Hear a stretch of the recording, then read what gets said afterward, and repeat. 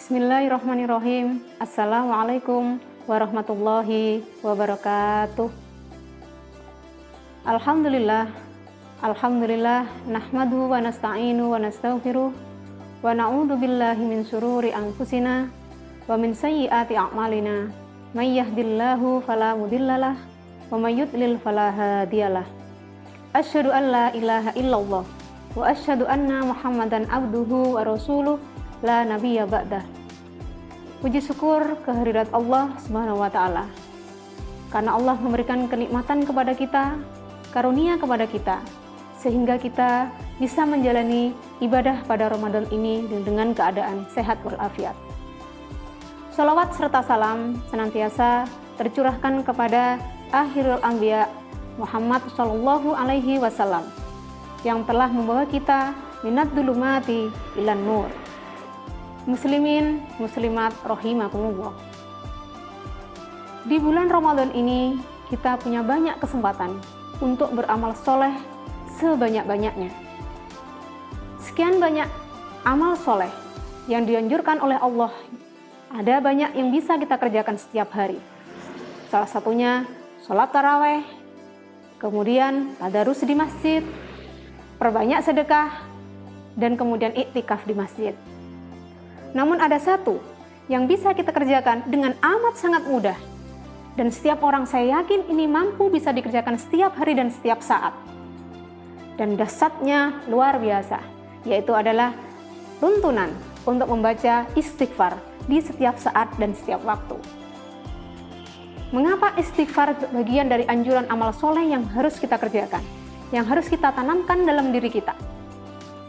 Al-Kisah, ada seorang sahabat, dia seorang penjual roti.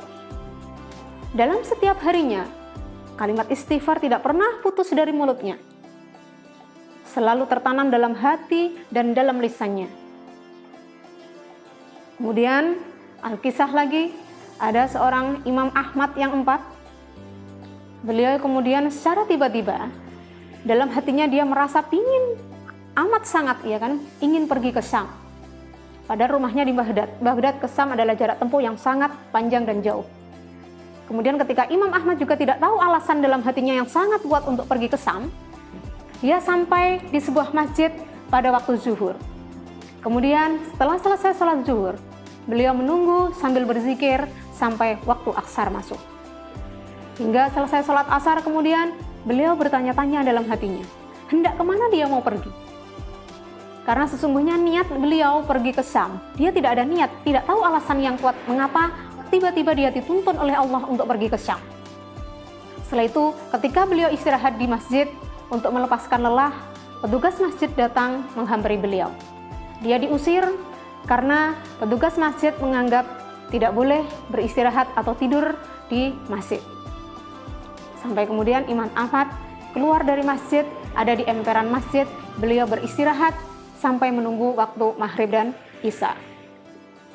Hingga pada suatu malam, kemudian si penjaga masjid datang lagi kepada Imam Ahmad, mengusir beliau untuk tidak boleh tinggal di masjid beristirahat untuk bermalam.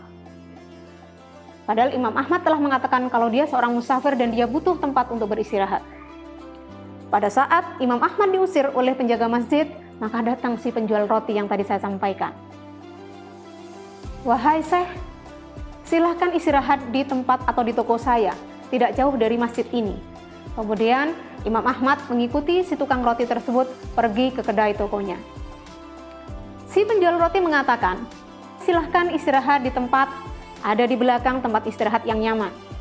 Kemudian Imam Ahmad masuk ke dalam kamar beliau dan beristirahat. Ketika si penjual roti memulai pekerjaannya untuk membuat roti, Imam Ahmad mengintip dari dalam kamar. Dia curiga. Dia kemudian merasa penasaran dengan si penjual roti tadi. Bibirnya tidak berhenti beristighfar. Terus dalam setiap pekerjaannya, dia tidak lepas dari kata istighfar. Kemudian karena rasa penasaran tadi, Imam Ahmad datang kepada si penjual roti. Wahai fulan, wahai si penjual roti, mengapa engkau tidak lepas bibirmu dari kata-kata istighfar? Dan kemudian beliau menjawab, setiap apapun yang aku minta kepada Allah, Allah tidak pernah tidak mengabulkan. Allah selalu mengabulkan apa yang saya minta. Karena ini adalah dahsyatnya ketika kita mampu mengamalkan istighfar dalam setiap waktu dan setiap saat dalam mulut dan hati kita. Kemudian Imam Ahmad bertanya kembali, kira-kira apa permintaanmu sama Allah yang sampai saat ini belum dikabulkan? Si penjual roti kemudian menjawab, sampai saat ini aku amat sangat ingin bertemu dengan ulama besar, Imam Ahmad, kata dia. Seketika itu beliau menjawab, la haula wala quwwata illa billahil aliyyil adzim. Berarti ini adalah rahasia Allah kenapa Allah menuntunku dari Baghdad ke Syam tanpa alasan yang jelas. Ternyata Allah sedang mengabulkan doamu untuk bisa bertemu dengan saya. Akulah Imam Ahmad yang kamu tunggu-tunggu. Nah, ini salah satu kedahsyatan. Kenapa istighfar itu adalah ibadah yang sangat mudah, tetapi sangat dahsyat, ya kan, yang bisa kita peroleh. Dalam setiap saat dan setiap waktu, istighfar harus wajib kita ucapkan, baik dalam lisan kita maupun dalam hati kita. Karena setiap manusia itu tidak luput dari dosa dan salah. Maka sewajibnya, seyogyanya kita setiap saat dan setiap waktu meminta ampunan kepada Allah. Astaghfirullahaladzim alladzi la ilaha illa huwal hayyul qayyum wa atubu ilaih. Demikianlah yang bisa saya sampaikan. Semoga setiap saat dan setiap waktu kita bisa mengamalkan istighfar dalam setiap lisan kita, dalam setiap hati kita, sehingga kita bisa merasakan dahsyatnya istighfar yang kita amalkan dalam setiap saat dan setiap waktu. Terima kasih, semoga bermanfaat. Wabillahi taufiq wal hidayah. Ilal liqa. Wassalamualaikum warahmatullahi wabarakatuh.